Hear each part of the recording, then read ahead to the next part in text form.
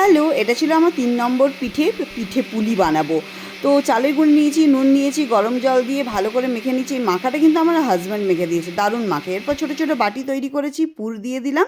আর পুরের দেওয়ার পর বাটির মুখটা বন্ধ করে দিয়ে আবার ডিজাইনও দিয়েছি। এই সমস্ত এত কিছু যে আমি করেছি আমি নিজেও ভাবতে পারছি না, অবাক লাগছে।